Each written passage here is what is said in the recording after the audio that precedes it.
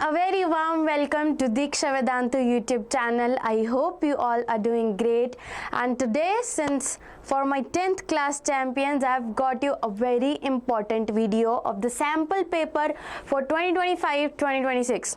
Now, why is it an important video, ma'am? Sample papers are everywhere because this time the paper pattern has changed. How? Let's see what is the paper pattern.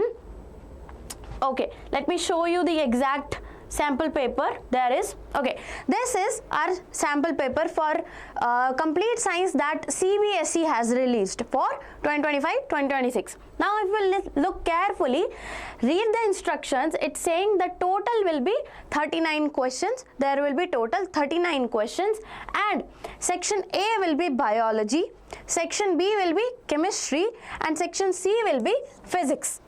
So earlier what used to happen, we will have a question paper of science completely, and questions were randomly from physics, bio and chemistry, and they were segregated according to their marks. 1 marker question, then in section B 2 marker question, 3 marker question, up to section E. Correct?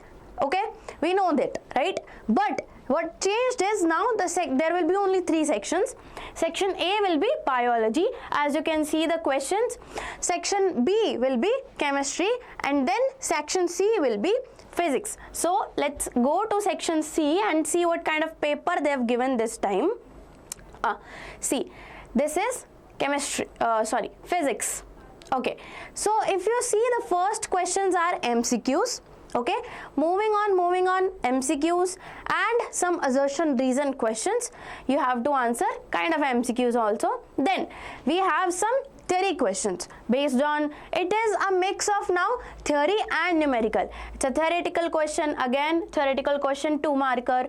Then all the questions are compulsory, but CBSE still gives you some internal choices in the question. See, you can either attempt this question or you can attempt this particular circuit. Then another question from human eye, which is 3 marks. Again, a question from electricity, 3 marks. Magnetic effects, 3 marks. Again from light. See, light is a very important chapter, we know. So another question for 4 marks now.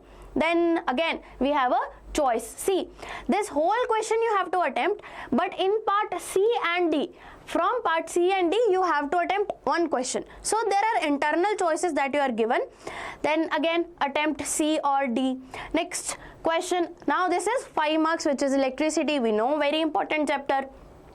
Moving on. See, now you can attempt either this question A part or this B part. Internal choice is still there, don't worry. Okay, then again internal choice, and our paper is done. Yeah, total 39 questions we have. Now let's go to our PPT so that I can give you complete solution for physics. I'll be solving all the questions of sample paper of physics, correct? Let's start our solutions. Okay, first question says Arnav was making notes. Now read it carefully. It might take you 10 seconds more, but I'm saying again and again, read the questions very carefully and calmly while you are attempting your question. Okay, so Arnav was making notes and he wrote down the following statements. What did he write down? From his understanding of reflection from curved surfaces. Now concave mirrors can produce, what I want you to do, highlight the parts, highlight the keywords. What is this? Concave mirrors can produce both real and virtual images depending upon the position of the object. Now tell me if this is correct or not. With timestamp, comment down in the comment section. I'll give you 5 seconds. Be honest with yourself, be honest with your studies. Answer in the comment section, is this correct or not? Concave mirrors can produce both real and virtual images depending on the position of the object. Now we know this is true because, ma'am, this is my concave mirror and usually it produces real and inverted images. But I know the sixth case. The sixth case says that between pole and focus, if I place my object, then the image will be virtual and erect. So this is correct, that concave mirror can produce both real and virtual images depending on the position of the object. So first is true. Let's see the second one. Convex mirror always produce convex mirror always produce real and inverted images regardless of the object's position. Now you tell me, what kind of image does a convex mirror produce? A real inverted image or a virtual erect image? Answer in the comment section. Okay, so we know that in convex mirror always produces virtual and erect, not real inverted.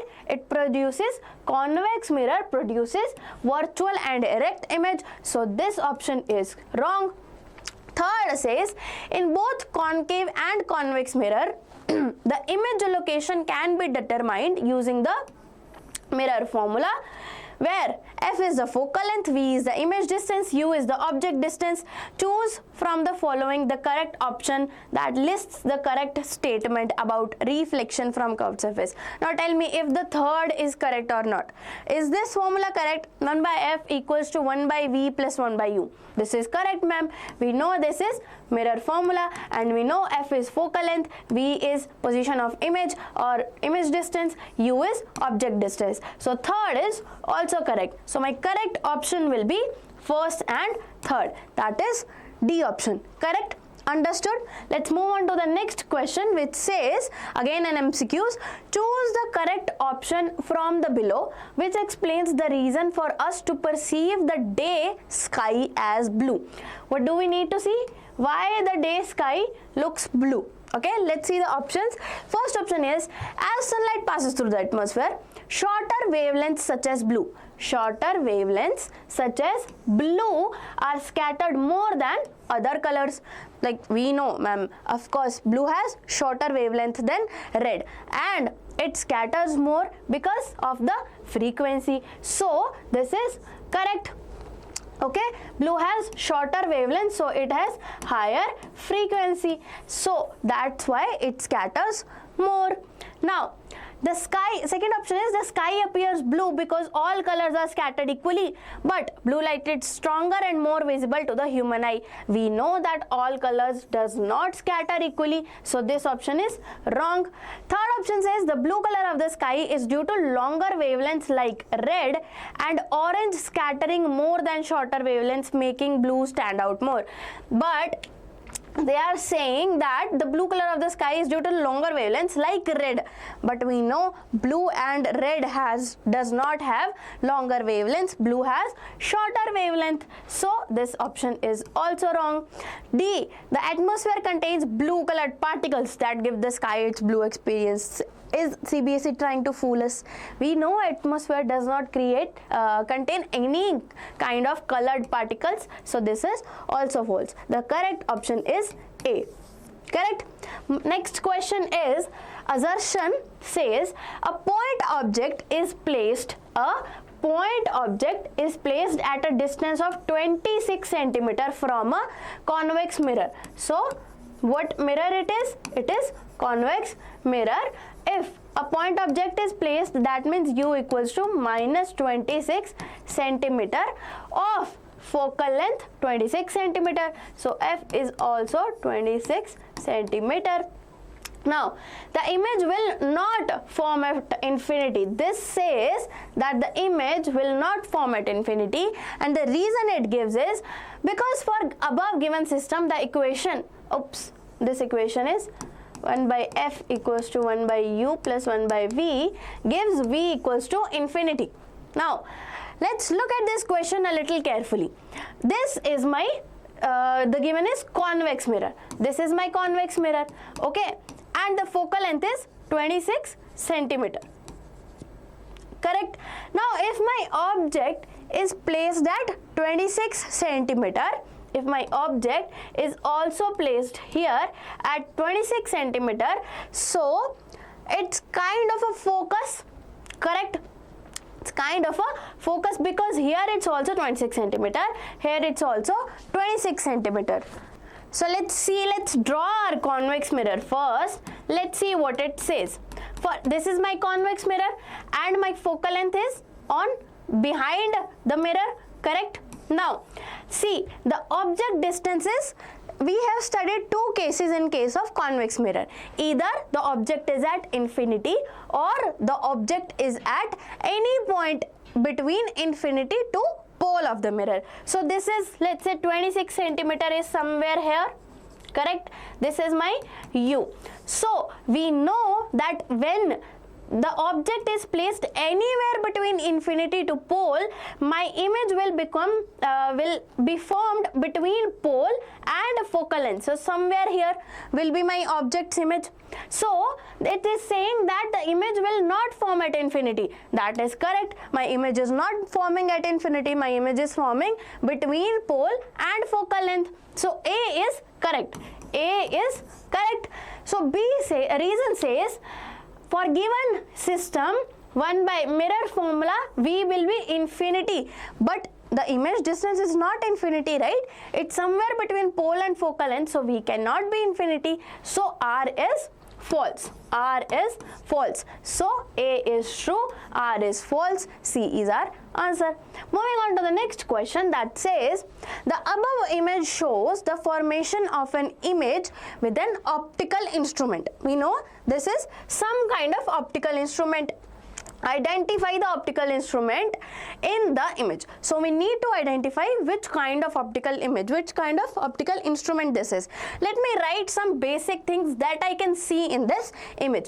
So this is my image, okay? This is the image formed. This is an object. So U equals to minus 20 centimeter, and then my V gives minus 10 centimeter. You guys are aware of the sign conventions, right? If you are not, there are videos on our channel that you can see for sign conventions, for all the formulas, for even one shot rapid revisions and numericals for light chapter, okay? You can go see. Okay, coming back to this, what it is doing, coming parallel, reflecting back, going through optical center. So one thing you need to see, the image, the ray here is not actually reflecting back, sorry, it's getting diverged, okay? It's getting diverged. So in which kind of lens diverges the our light rays? Concave lens or convex lens? Let me know. Which kind of lens diverges the light rays? It's actually concave lens. So this lens will be concave lens. Why it is not a mirror? Because the light rays are actually going through it. And one more thing, if you don't want to see if light ray is going through it or not, it is passing through the optical center and going straight. But in mirror we know there is no optical center. There is just the same thing happens with center of curvature. If my light ray is passing through center of curvature, it will reflect back and follow the same path. But here it is passing that instrument, so it is lens. We know that. Which kind of lens? So it is, since it is diverging my light rays, it is a concave lens. Correct? So first is concave lens. The answer to first question is concave lens. And one more thing you can see, it is making virtual and erect image. Now virtual and erect image is being made by both concave and convex, ma'am, but it is diminished. It is also diminished. So virtual and erect and diminished image is only formed by concave lens. Correct? Let's see the second question, B part. What type of image is formed in this case? We already answered that. It is a virtual, erect and diminished image. Virtual, erect and diminished image. Third point says, based on the measurements given in the image, calculate the focal length of the instrument. So it is just very simple. We know lens formula, right? We will use lens formula here. So 1 by F equals to 1 by V minus 1 by U. My focal length we need to find. My U is minus 20 centimeter. So 1 by minus 20, and my V was minus 10 centimeter. 1 by minus 10.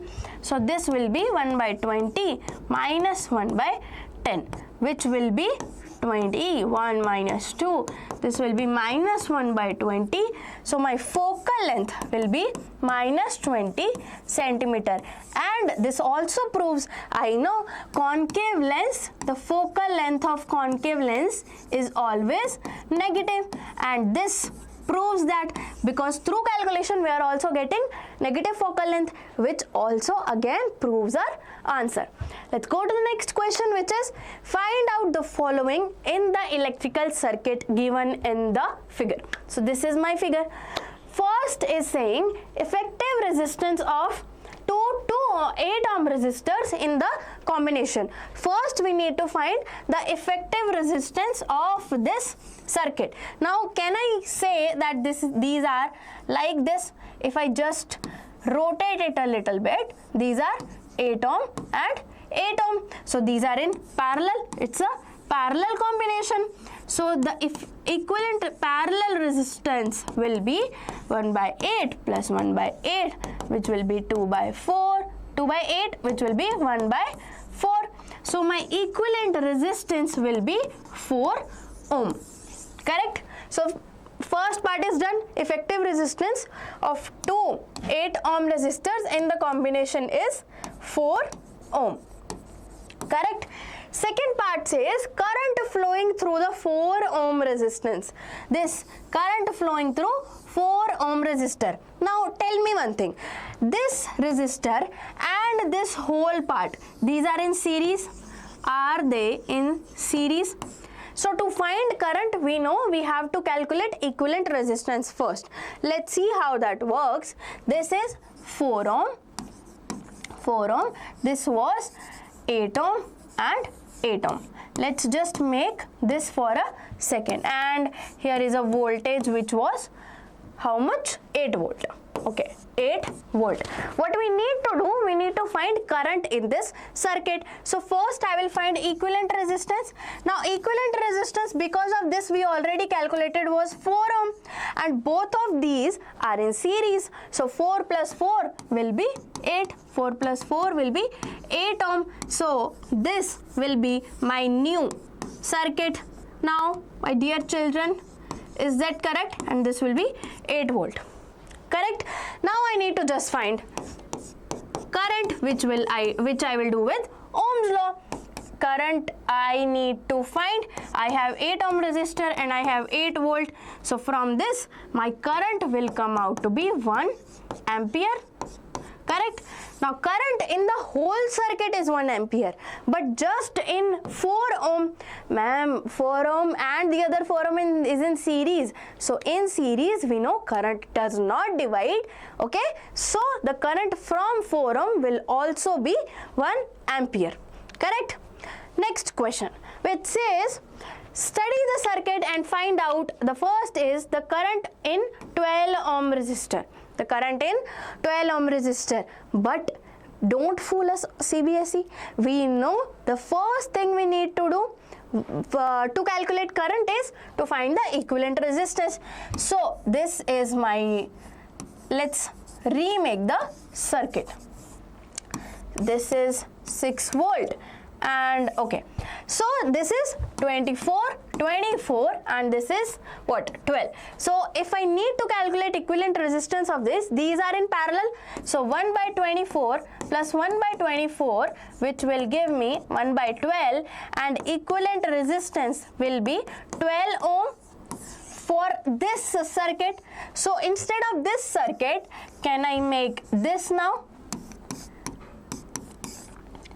This was 12 ohm and 12 ohm. Now we can clearly see that these are in series. So 12 plus 12 will be 24 ohm. So the total resistance in this whole circuit is now 24 ohm. Now I have R as 24 ohm and I have voltage as 6 volt. Can I easily calculate current? I is 6 divided by 24, which is 1 by 4, and I comes out to be 0.25 ampere. Correct? I is 0.25 ampere but they've asked it 12 ohm resistor. It's same as the previous question. 12 ohm is in what? Is in series. So this will also experience 0.25 ampere current. Now, since these are in series, now the second question, let's say, difference in the readings of emitter A1 and A2. Now tell me one thing, are these A1 and A2 also in series? Correct? A1 and A2 are also in series. So the current between these will not divide. Correct? In series, current does not divide, it remains the same. So A1 and A2 will show same reading of my current. Moving on to the next question, the seventh question, it says you are given 4 resistors, each having resistance of R ohm. Find the maximum and minimum resistance that can be made with these 4 resistors. None. So what they're saying is that we have 4 resistors, each of resistance R ohm. Correct? Then they are asking the maximum and minimum resistance that can be made with these 4 resistors. Now it's very easy, we know. For maximum, the resistance should be added. That means they should be in series. So we have 4 resistors are 4, all are 4, so 4 into R. So for the maximum resistance will be 4R. For minimum resistance, they should be connected in parallel. So for parallel, that is minimum, this is series. For maximum, they should be connected in series. For minimum, they should be connected in parallel. So for parallel, they will be 1 by R1 plus 1 by R2 plus R4, and it will, just a minute,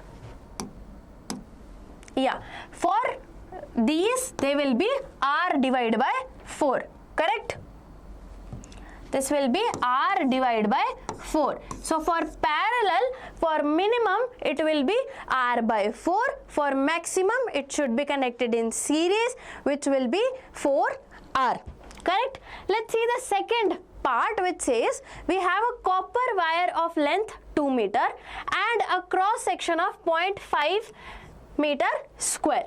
What we are given? We have length of 2 meter. Area of cross section is, what was it? 5.5 meter square. Then we had resistivity 1.7 into 10 raised to power minus 8. Resistivity is 1.7 10 raised to power minus 8. Then what else is given? Calculate the resistance of another wire.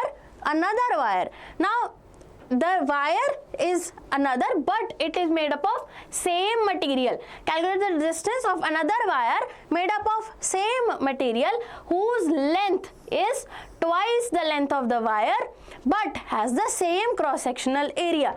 Now there is another wire. This was so we have another wire whose length is twice the length of the previous wire. So 2 into 2, it will be 4 meter. Then area of cross section was same, that is 0.5 meter square. Now since it is made up of same material, the resistivity will be same. The resistivity will be 1.7 10 raised to the minus 8 ohm meter only. And what we need to find? Resistance. Okay, resistance of another wire. So we just need to find, now we know rho equals to R equals to rho L by A, where rho is given 1.7 10 raised to power minus 8, length is 4, and then area of cross section is 0.5. Is that correct? Now you can just solve this and you will get the answer. This will simply be 0.5 and this will be 8. So 6 and 13.6 into 10 raised to power minus 8 ohm will be your answer, will be your resistance. Correct? Done. Let's move on to the next question, which says the above image, this image shows a corrective measure for a particular defect of vision. correct? There is some defect and it shows the corrective measure. So it's a corrective diagram. First says identify the defect of vision and state what kind of lens is used to correct this deficiency. Now I need you to see this carefully. What you need to do, it's very simple. You just see what kind of lens are we using. Is it a concave lens or convex lens? So we know this is a convex lens, correct? This is a convex lens, and convex lens is used to correct which defect? Myopia, hypermetropia or presbyopia? What it is? It is hypermetropia. To correct hypermetropia, we use corrective lens as convex lens, correct? So I know, identify the defect of vision, it's hypermetropia, and what kind of lens is used to correct this deficiency? That is convex lens, correct? Also, if you want to see, it was the person couldn't see the object which was this far, okay? So the person couldn't see the object which was here. This is our object. This is our object. So we used convex lens which converged back the rays to a farther point, because we know in hypermetropia my near point becomes far. It goes away. So this near point went away. Now the person can see clearly. Correct? Now draw and label a ray diagram that shows the defect of vision in the above case before correction. See, read carefully, before correction. So they are asking me to draw the diagram of the same defect but before correction. So for this you should know that in which case, see, if I have some defect, I know myopia and hypermetropia. In one case, the image forms in front of the retina. In another case, it forms behind the retina. So you should know that in hypermetropia, the image is always formed behind the retina. See, this is my near point, this is my eye lens. So these rays go in here, and instead of converging on the retina, they converge behind the retina, and that is why we are not able to see the image clearly. So this is my ray diagram, and you can just label it. This is my convex lens, okay? Convex lens, this is eyeball, and this is my retina, and here the image is formed behind the retina. It's formed behind the retina, correct? Okay, cool. And this is my near point. This is my near point, or we can say it's our object, correct? This is a ray diagram which is labeled. Okay, let's move on to the next question, which says a student needs to make a 0.12 ohm resistor. She has some copper wire of 0.80 mm diameter. Resistivity of copper is 0.18 ohm, 10 raised to the power minus 8 ohm meter. Now what we need to find, we need to determine the cross sectional area. Okay, read carefully. We need to determine the cross sectional area of the wire. So first is very easy. Since we are given the diameter, see, the student needs to make this. She has a copper wire of diameter 0.8 mm. So to find the cross section area, I know it's just pi r square, and r will be d by 2, correct? So pi into d by 2 whole square. So this will be 3.14 into d is 0.8, but it's in mm. We need to convert it into meter. So this will be 10 raised to the power minus 3 divided by 2, and it's a square. So what did we get? A equals to 3.14 into 0.8 into 0.8 into 10 raised to the power minus 6 divided by 4. Divide by 4, correct? And we can just cancel it. This will be 0.2. So you can just multiply this. Yeah, correct. You can just multiply this 6.28 into 0.8 into this was 2, so this will be 0.628, and if you multiply it again you will get 16 and 2 48 5024, and the point will be this and 10 raised to power minus 6. Correct? And you can just shift this point 5.024 into 10 raised to power minus 7 meter square. This will be my area of cross section. First part done. Did you understand the calculation? See, don't just leave your question here. Even when you are practicing, I'm telling, don't just leave your question here till here because I'll solve it later, I'll solve it some other time, concepts are important. No, you can, your marks can be deducted from these calculations if you don't do it correctly. So try to solve these calculations correctly, okay? Revise them, practice them regularly. Now look at the second part. Calculate the length of the wire required for 0.12 ohm resistor. Now I have, see, this is my rho L by A. I need to find length. So I can write resistance into area divided by resistivity. Correct? Now resistance is given 0.12 ohm. So I'll put 0.12 into area I calculated 5.024, okay, and the resistivity I had was 1.8 into 10 raised to power minus 8. What was it? Minus 8 ohm. Yeah, minus 8 ohm.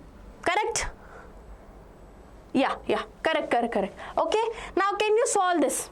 Okay, you can just, if you want to, you can do, if you don't have much time or something, 0.12 into 5, because this is 5.0 and even after that you just have 4, you can simply round off it to 5.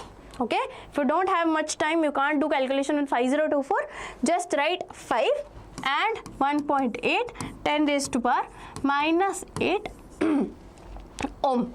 Okay, correct?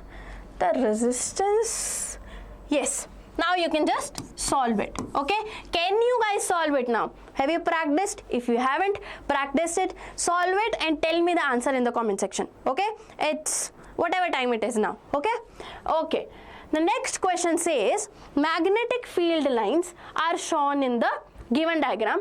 A student makes statement that magnetic field at X, this is X and this is Y, magnetic field at X is stronger than Y.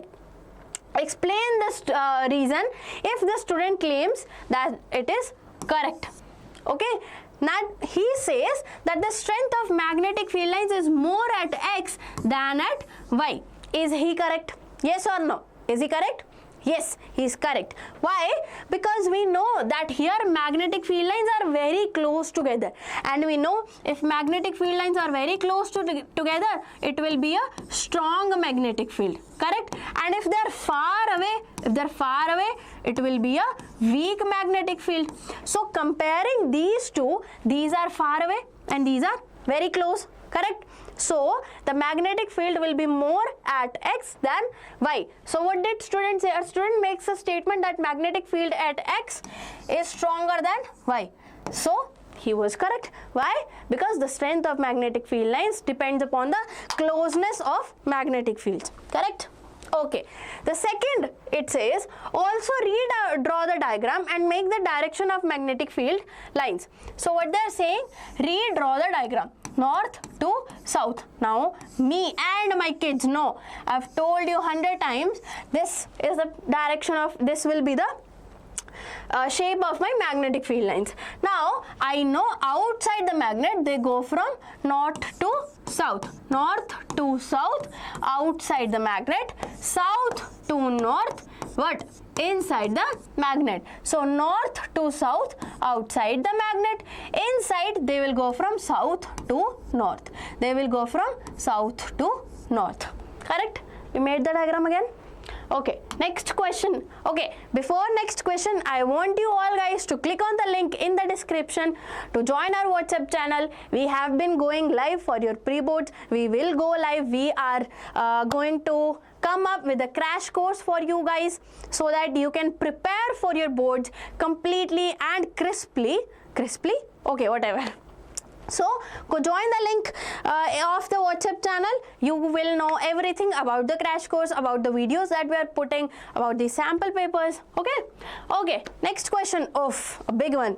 Okay, when you see these kind of questions, you need to take a step back and calm down and start reading every word very carefully. Okay, what it says: the above image is that of a digital single lens reflector, DSLR camera. So just say it is a camera now, which are used to take high resolution photographs by professional photographers. Okay, the second image of the above two is a schematic diagram of how an image is formed on the sensor of the camera. So this is my DSLR. This is a representation of how the image is being formed. This is a tree and we can see it's something like this.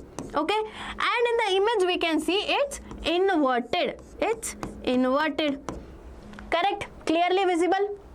The next is, based on your understanding of the lenses, answer the following questions. First is, what type of lens is used in DSLR camera shown in the image?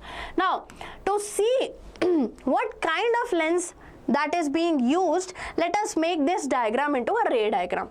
This is my object and this is some kind of lens I have here. Okay, and my image is being inverted. So out of concave and convex lens, you tell me which kind of lens makes an inverted image and which doesn't. Comment down with the timestamp. Be honest, which kind of lens makes inverted image?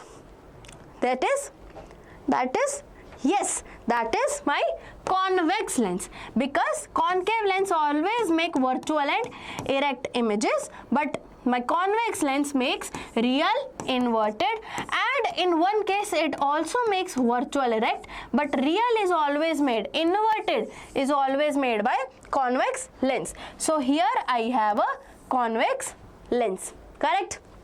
So the answer of the first is it's convex lens. Convex lens, because we can clearly see here that the image is being inverted. Correct? B part is, what type of image is formed on the sensor, and then attempt either COD. Okay, which kind of image is being formed? We already clarified that it's inverted. If it's inverted, then it's real. So the image, where is that? So here we can write the image that is formed is real and inverted. Correct? Then coming back to the third part. Now it's a big part. Listen carefully. What it says is, a photographer is using a DSLR camera with a lens of focal length is given. Focal length is 50 mm. To take a close-up photograph of a small object, the lens projects an image into a camera sensor that is located 60 mm behind the lens. Calculate the object distance. So what they are saying is, can I erase this? Okay. So what they are saying is that the lens has focal length of, the lens has focal length of 50 mm. Focal length I have as 50 mm. Correct? And my lens was what? Convex lens. Correct? It was convex lens. So focal length 50 mm, image distance will be 60 mm. V will be 60 mm. Correct? Now we just need to find U. So I can directly use lens formula, 1 by V minus 1 by U. 1 by U can be found out by this formula, minus 1 by F. Okay, now 1 by V is 60 mm minus F is 50 mm. Correct? Now I can just write 300, like take the LCM. 50 minus 60, it will be minus 10 by 300, and it will be minus 1 by 30. Now it is still mm. So this will be 1 by u. So u will be minus 30 mm. Correct? Solved the third part.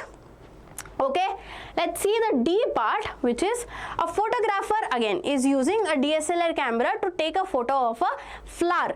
A flower is positioned 150 mm away from the convex camera lens. So this is now our object distance.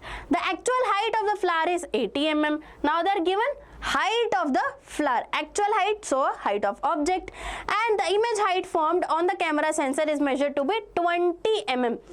Okay, so it's 20 mm. Calculate the focal length of the camera lens.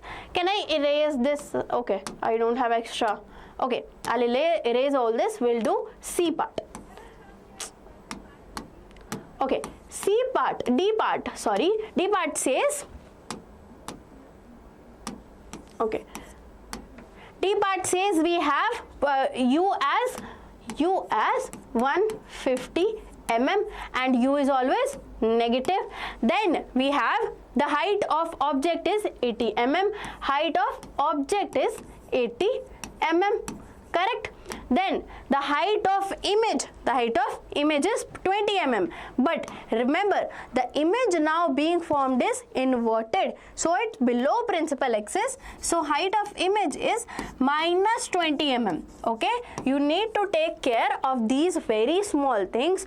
Always remember, highlight the keyword first. Okay, then get the which lens or mirror we are using, then see the focal length and see the signs of it. Okay, remember to see the sign of these focal length, object distance, image distance in your question before starting to solve it. Okay, now my magnification can I find?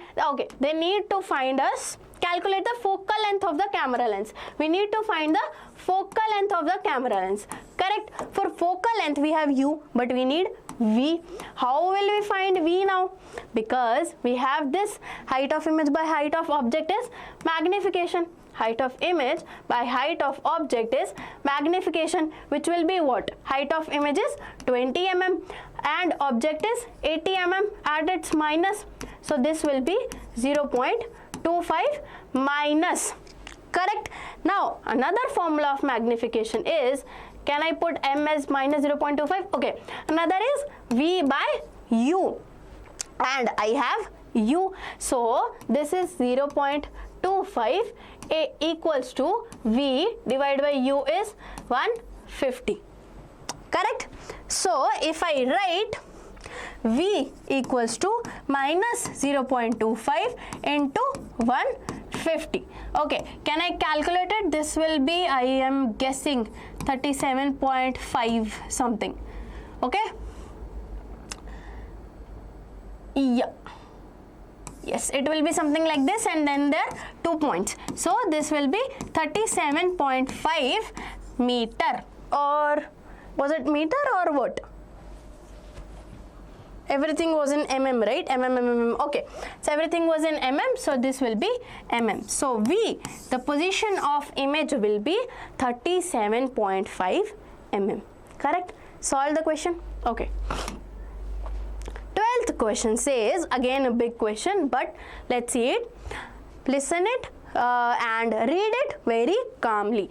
Zarina worked as an apprentice, I don't know, in a factory where flashing lights and solar cookers are made.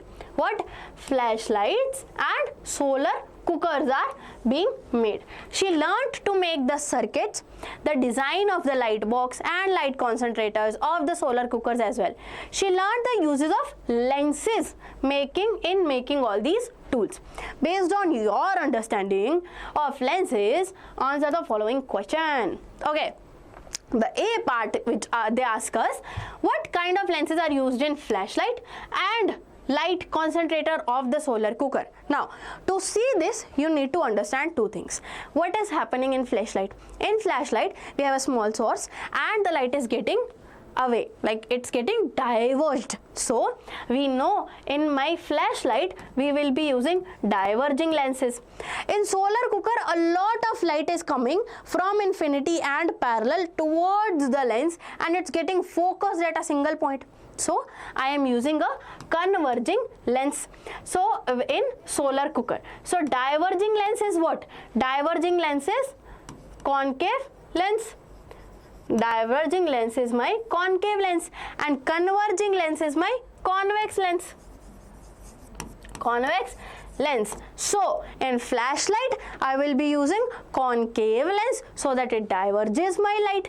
In solar cooker I will be using a converging lens so it converges my light, which is my convex lens. Correct? You see how you should think, how you should use the right approach to solve these questions, how you go through this question. Okay, next part, poof. Give reason for your choices in your answer for part A and attempt. Okay, we already gave the reason. Okay, this we need for flashlight, we need diverging lens. For solar cooker we need converging lens. Diverging lens is concave lens, converging lens is convex lens. Okay, attempt either C or D. An object is placed 40 centimeter away from a lens which is normally used in a solar cooker lens. See, this is also connected to the first part. If you got the answer wrong to the first part, your whole question will get suffer. Okay, so solar cooker is converging lens, which is my convex lens, and object is placed in 40 centimeter, so minus 40 centimeter is U. The image formed is twice the size of the object, so the image is twice the size of the object. Now let's just write 2 here. Calculate the focal length of the lens. Now see what we are given with. In C we are given that my, what was given again, forgot. Okay, U is minus 40 centimeter and my magnification is 2, but you need to take care of some things here. It's a convex lens, correct? For convex lens it is always making real and inverted images for first 5 cases, and this in solar cooker the rays are coming from infinity getting focused on focus, so the image is being made that is real and inverted, and for real and inverted magnification is always negative. Correct? For real and inverted magnification is always negative. See, till now you were doing numericals that you have some value, you put it in and you get the answer. Here you have to use your brain a little. Don't just directly put magnification as 2. See which kind of lenses are we using, which kind of image is being formed, and if according to that image my magnification is correct or not. Okay, so my magnification is not 2, it's minus 2. Now they need us to calculate the focal length of the lens. Now we want to calculate the focal length of the lens. For that we need what? V, and V we can find out from here. This is the formula of magnification for a lens, and this is minus 2. U is 40 centimeter. So V will be minus 80 centimeter. Correct?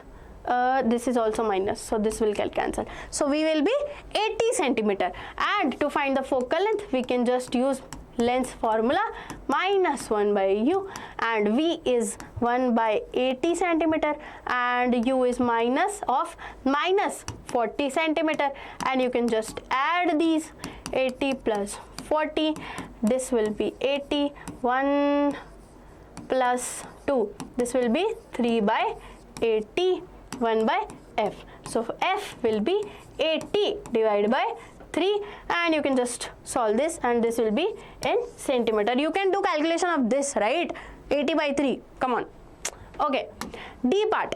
An object is placed 20 centimeter in front of a lens which is used in flashlight. Now the case is flashlight. For flashlight we will be using concave lens, correct? Concave lens, because we need the light to diverge outwards, correct? So it's placed 20 centimeter. So in here my U is minus 20 centimeter.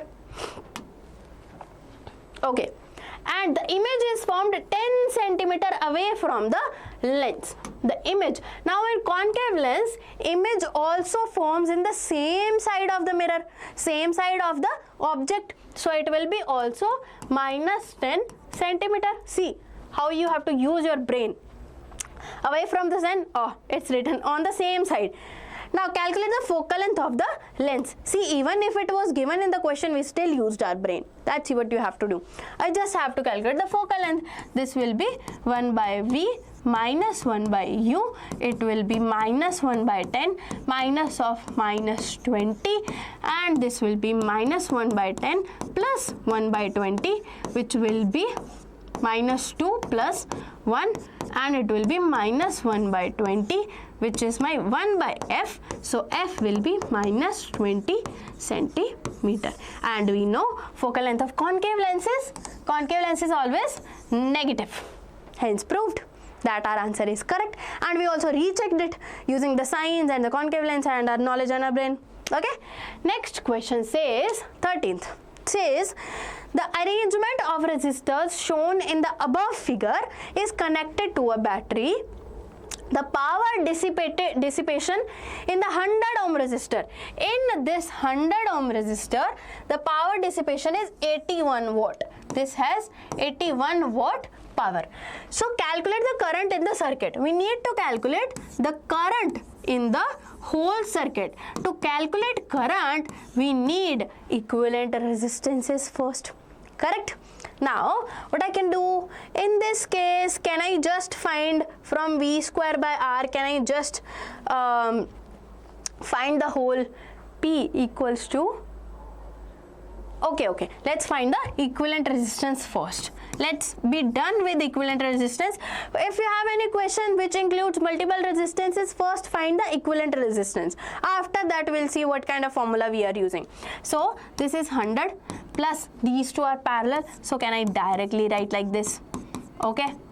At this point, we are okay with this, but this is inverse. Okay, I won't. This is 100. So what we'll do, will 1 by 25 plus 1 by 25, that will be 2 by 25, and this is 1 by R equivalent. So R equivalent is 25 divided by 2, which is 12.5 ohm. Correct? So this is 12.5. If I do total, that will be 100 plus 12.5. So that will be 112.5 ohm in the total circuit. Okay? Okay, now we are done with our equivalent resistance. Let's get to the question. The first point is we need to find current.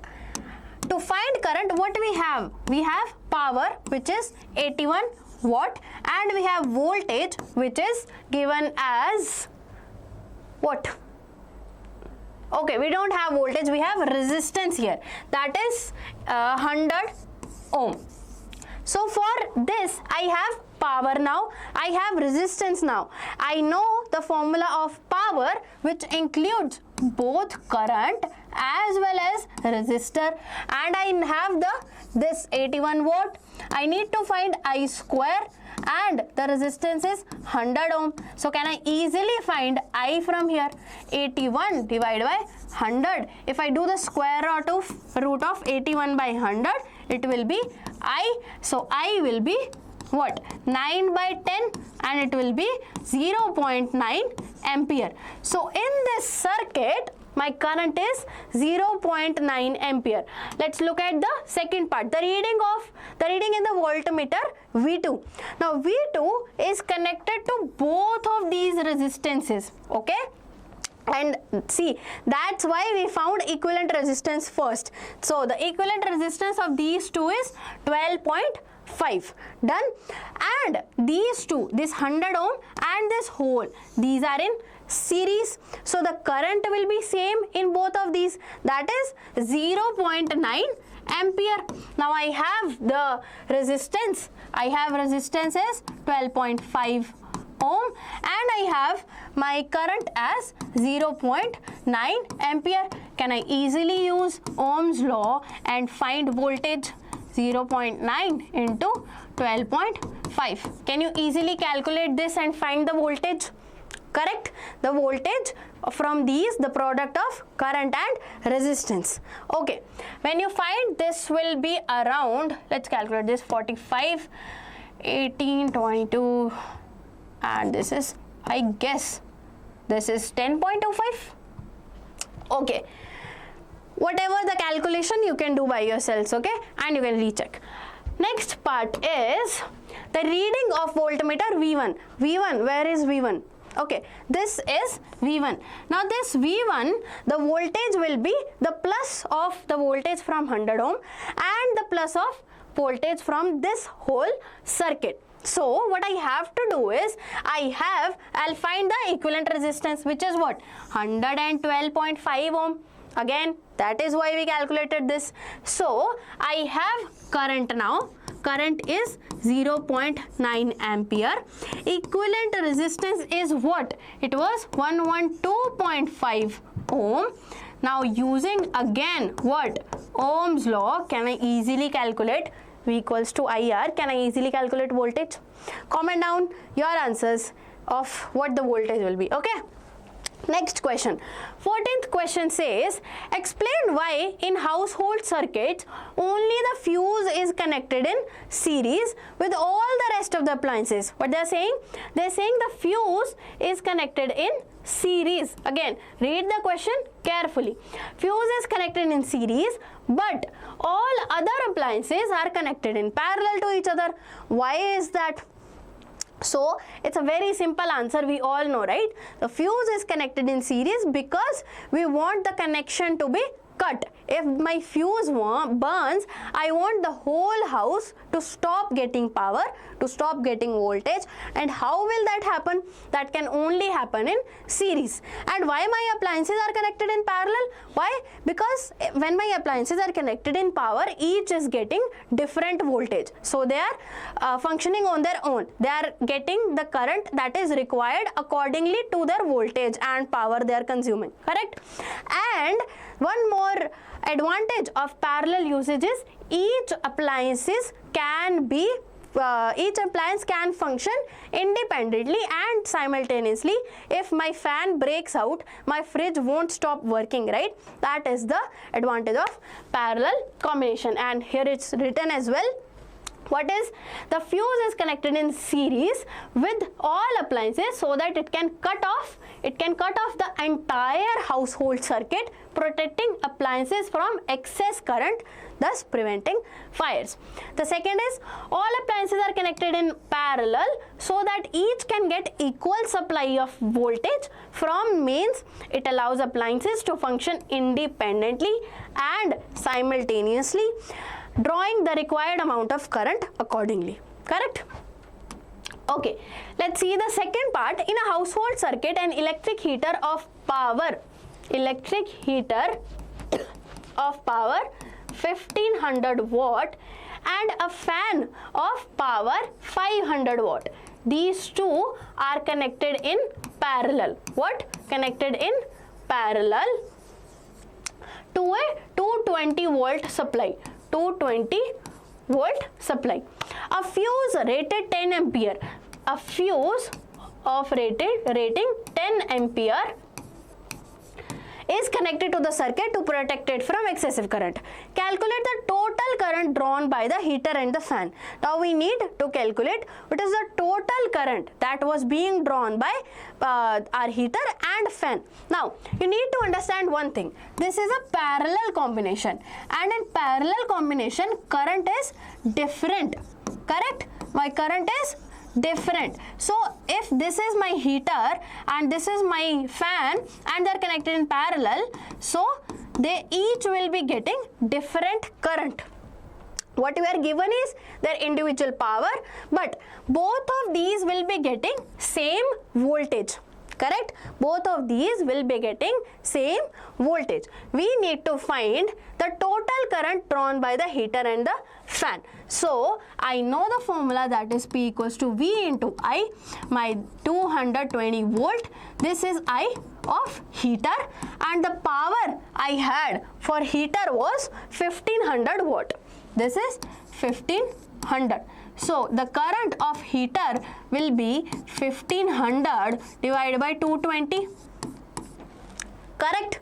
This is correct. Then the power for fan is given as 500 watt. The power for fan is given as 500 watt. I can use the same formula again. V is same, that is 220 into I of fan, the power is 500.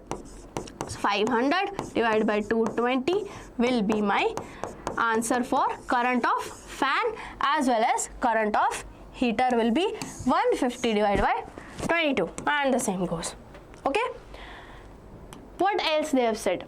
Second question is, okay, the total current will be just the addition of these two, 50 by 22 and 500 divided 150 by 22. You can just add these and get the total answer. Second question is, determine whether the 10 ampere fuse is appropriate for this circuit or if it will blow. Now, I'll just tell you a gist of how to solve it. They have asked the rating of fuse is what? 10 ampere. So when will my fuse won't burn out? The fuse won't burn out if the appliances are consuming less current than the fuse limit. Correct? If my appliance is consuming a current between 0 to 9.999 ampere, then it will be fine. Then the fuse will not blow up. But if more than 10 ampere current, will pass through from my fuse, then it will blow up.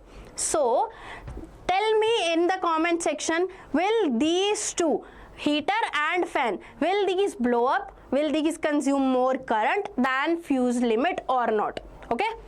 Okay.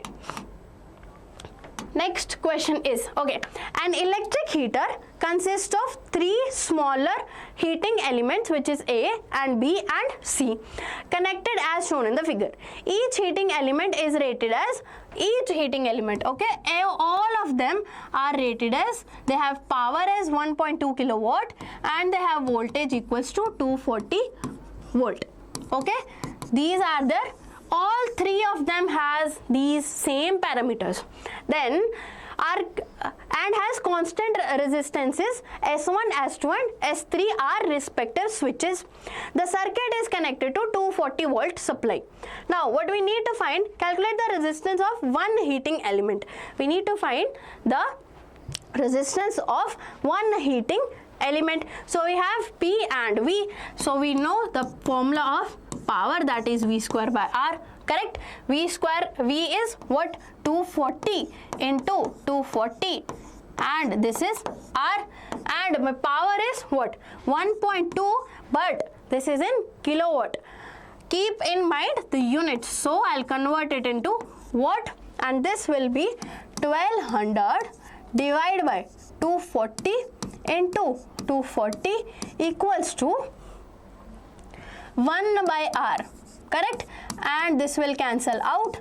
This will be, my R will be 448 ohm.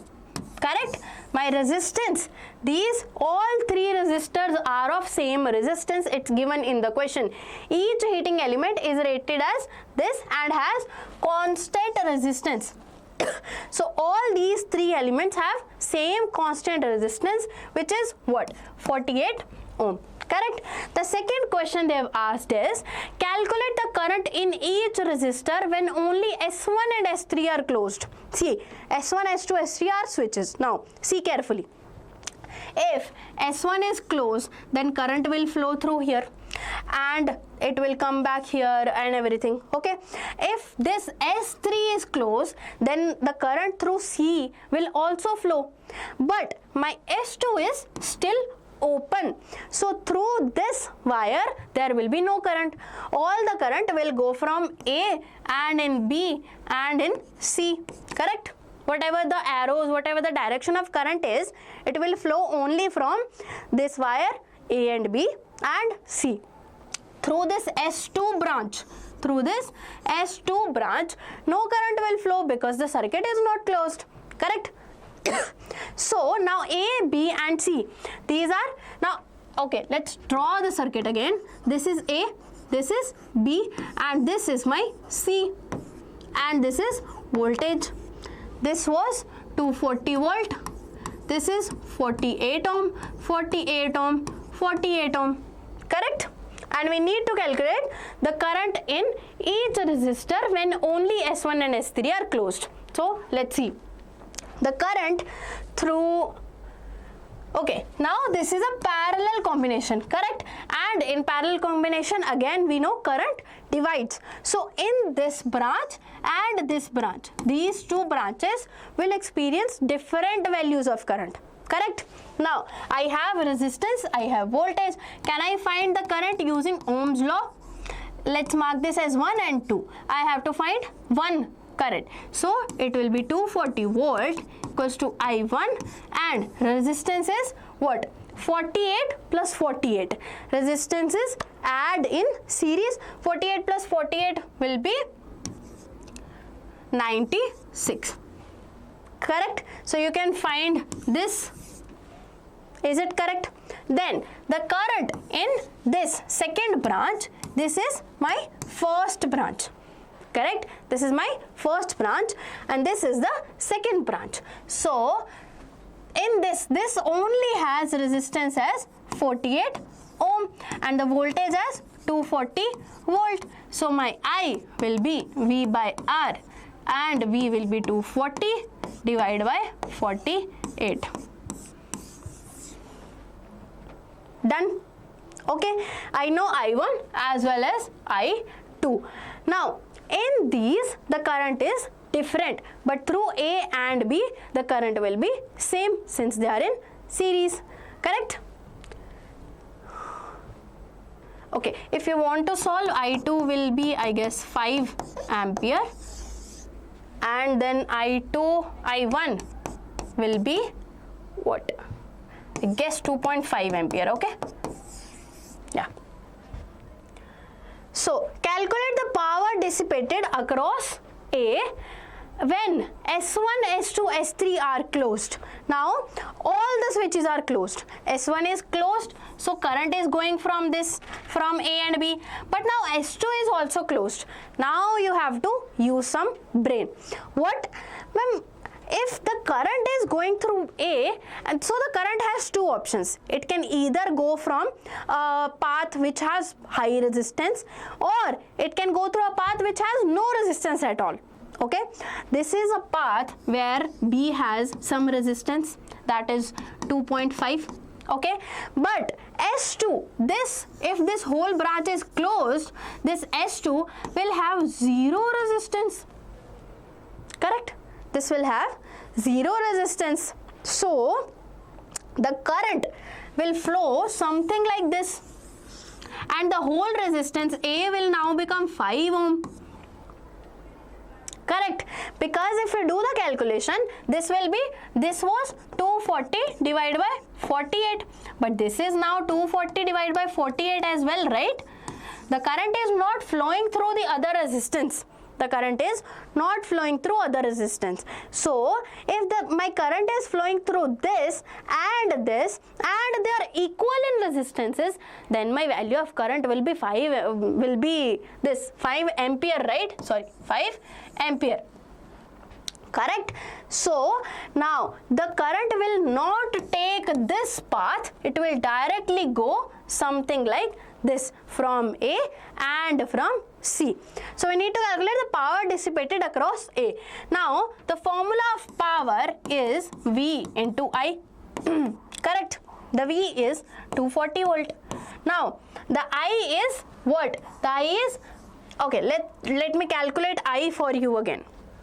For A, since this S2 is closed, this connection, this will not have any current, and this one whole circuit, it has 48 ohm resistance. So my R is what? There is no space. Okay, so my R is 48 ohm and voltage is 240 volt. So if I calculate from here, won't my current will be 5 ampere? Just same like this. That is what I'm trying to tell you. Understood now? Okay. Now my I is 5 ampere. So this is 5. So is it done now? So power is what? 1200 watt. Is it correct? Correct? Okay. Move on to the next question. That is 16th question, my friend. That says two resistors R1 equals to 6 ohm and R2 equals to 12 ohm are connected in parallel to a 24 volt battery. The circuit operates for 5 minutes. What they are given is, we have R1 as 6 ohm, we have R2 as 12 ohm. They are connected in parallel to a battery 24 volt. The circuit operates for 5 minutes. The circuit operates for 5 minutes. Calculate the total heat generated in both resistors. So, we need to calculate the total heat that is generated in both resistors. For heat, can I use the formula I square RT? But for that, I will need I. For I1, we have V by R1. Okay, do we have voltage? Yes, we have voltage. So, V will be 24 and R1 is 6. So, it will be 4 ohm. Correct? I2, that is 1. I2 is 12, sorry. I2 is 12 ohm divided by 6. So, this will be 2 ohm. So, I have I1 as what? As 4 ohm and I2 as 2 ohm. Can I use I square RT? So, H1 will be I1 square R into T. I1 square is 4 square into R is R1, that is 6, time is 5 minutes. Can I solve this? 5 minutes, okay. 30 into 16 and it will be 480 joule. Remember the unit of heat, it's joule, okay. And if I need to calculate H2, that will be I2 square R2 into T. I2 is what? 2 ohm. I2 is 2 ohm, 2 square. R2 is 12 ohm. 12 ohm, sorry, I2 was 2 ampere, not ohm. And T will be 5. Can I solve it again? Into 5, this will be 240 joule.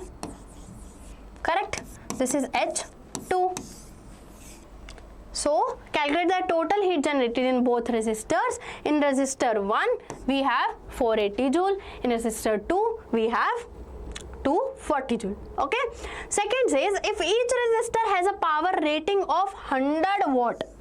If each resistor has a power rating of 100 watt, then what happens?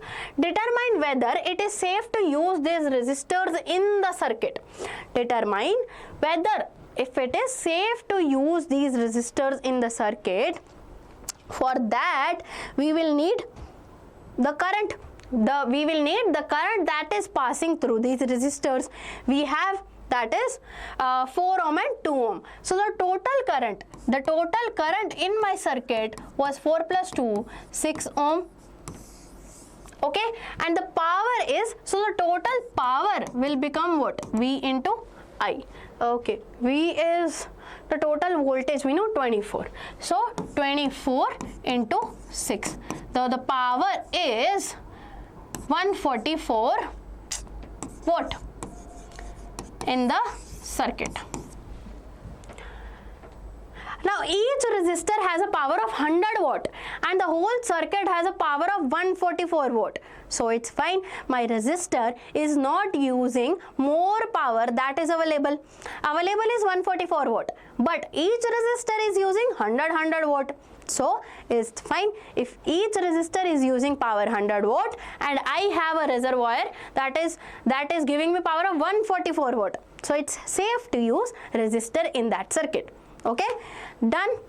And I am thinking that we are done with the physics sample paper.